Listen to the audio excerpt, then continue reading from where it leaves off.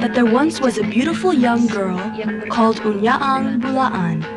Her skin was as white as cotton.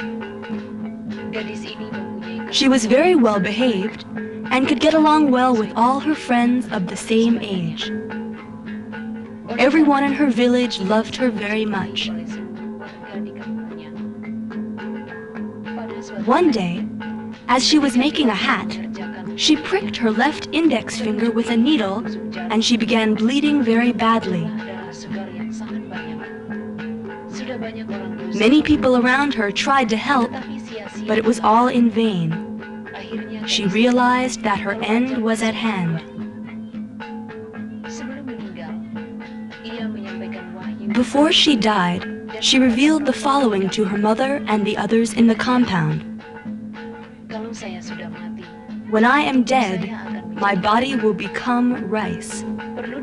It is necessary to know that at that time, people did not know about rice as we do now. Then she revealed something else. I ask this of you. That is, when you harvest and eat the rice, you eat some pork or fish and vegetables with it. This means that every time you eat rice, there should be some side dishes to keep me company.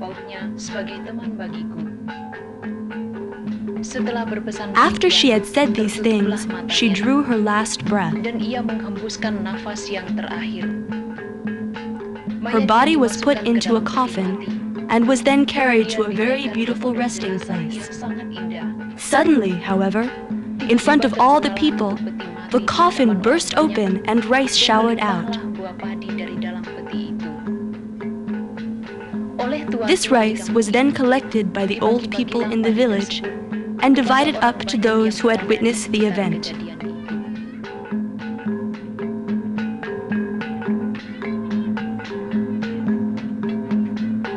For centuries, we Dayak have lived in the forest.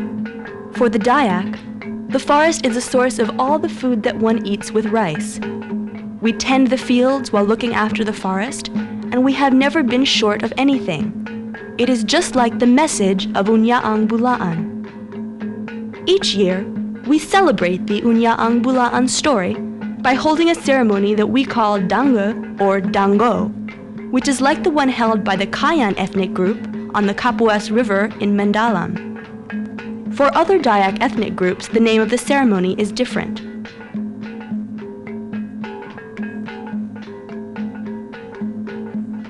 In Mendalam, there is an impressive burial place. This is not the burial place of Unyaang Bulaan, but another person who was highly respected by the Kayan people. He is Father A.J. Ding Ngo. Father Ding is the first pastor from the Dayak. He was born and raised in Mendalam and was the son of a Kayan elder. Although his grave has been prepared, Father Ding is still alive. Officially, he remains the parish priest for Mendalam. However, because of failing health, for the time being, he has been replaced by Father Rampai, another Dayak priest from a different subgroup. The Mendalam community are busy preparing for the Dange celebrations that they say will be even more joyful than previous years. Father Ding has been brought to the celebrations from Sintang, where he has been resting. What is the importance of Father Ding's presence? Father Ding has tried to include some aspects of Kayan culture in the celebration of the Mass.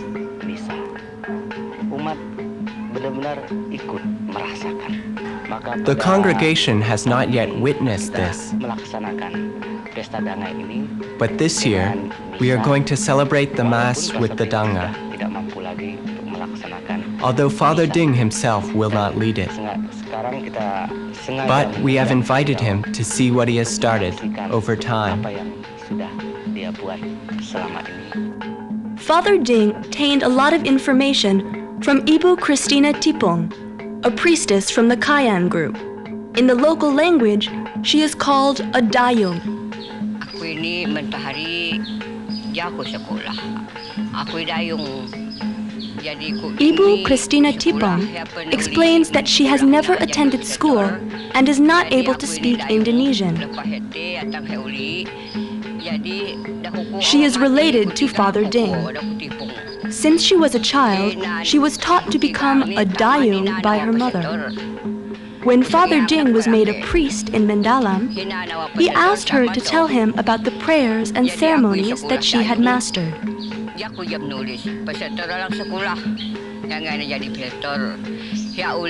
This information was later documented by Father Ding.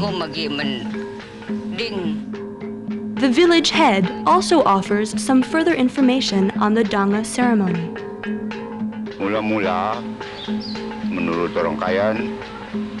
In the beginning, according to Kayan people, rice was not edible like it is today. It was because of this that Unyaang Bulaan was willing to turn into rice.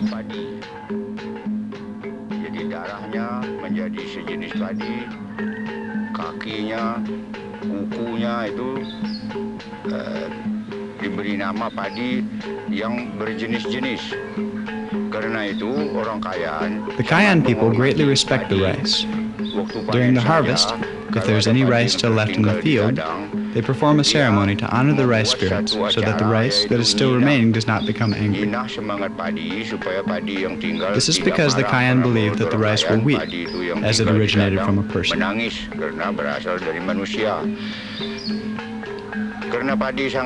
Because rice is so highly respected by the Kayan, it cannot be wasted.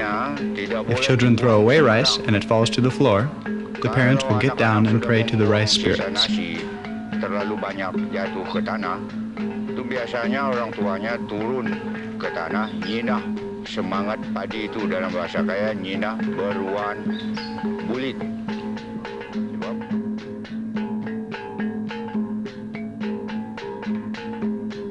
During this year's Dange celebrations, a new ceremonial house will be officially opened.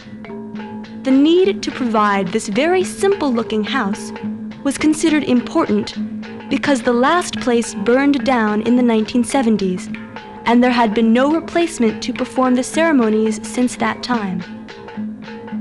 It is clear that this new ceremonial house is more a symbol than the original house.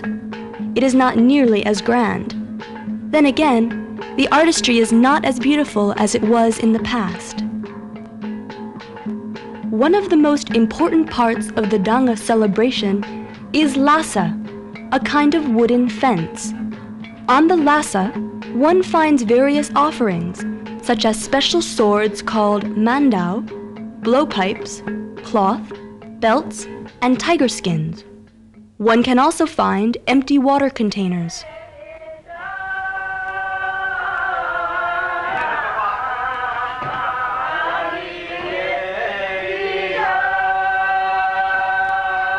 The women, known as dayung, or priestesses, together with the other women, encircle the lasa while holding on to a piece of rope.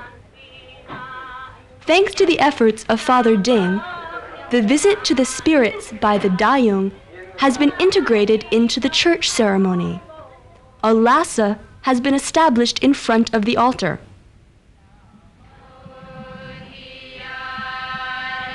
The dance symbolizes the journey of the dayung to the spirit world.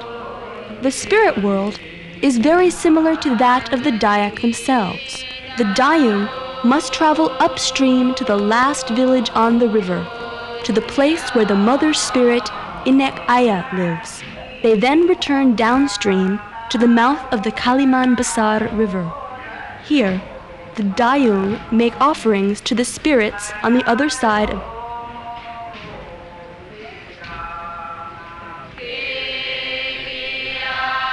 the sampan can be mysteriously made to fly. On the way home, the dayung stop off at the burial place of Unyaang Bulaan, which is also found in the spirit world. Finally, the offering place that is called lasa is dug up as if a tree is to be carried away and given to the spirits as an offering. Is this journey of the dayung not full of symbolic significance concerning the relationship between man and the world above, a life of harmony with the spirit world that breathes life into the natural order, has enabled the Dayak to maintain their existence in the middle of the forest, and they have consequently not experienced many of the unfortunate results that have emerged in the modern world. There is no noticeable social inequality among the Dayak. There are no beggars or people going hungry. The weak are especially cared for, and this creates an atmosphere of brotherhood that is so rare nowadays. It was so important that this did not disappear, as nearly all the Kayan became members of the church.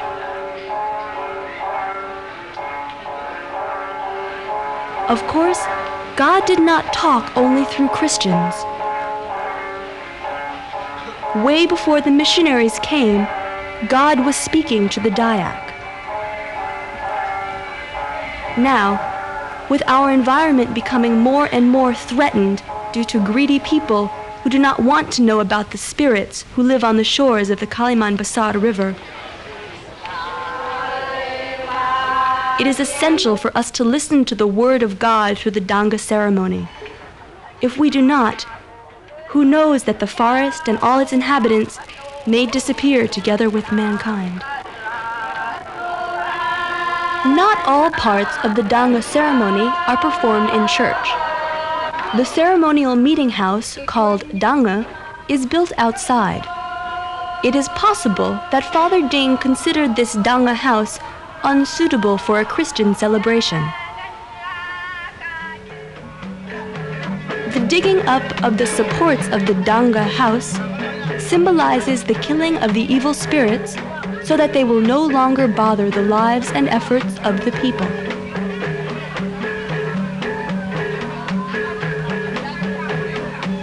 The church in Mendalam was dedicated to Saint Anthony of Padua.